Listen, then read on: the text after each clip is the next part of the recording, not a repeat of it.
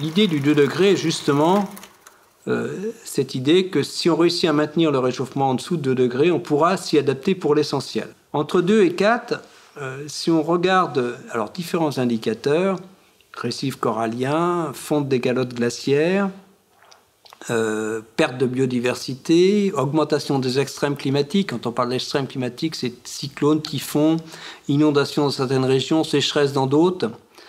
Et on voit bien l'importance des sécheresses pour les pratiques agricoles. Si on parle aussi de vulnérabilité de certains pays, ou bien de disparition par exemple des calottes glaciaires, eh bien, le Groenland est mis à mal, l'Antarctique de l'Ouest également, si ça se maintient sur des centaines, voire des millénaires. Au-delà de 4 degrés, tous les indicateurs sont au rouge.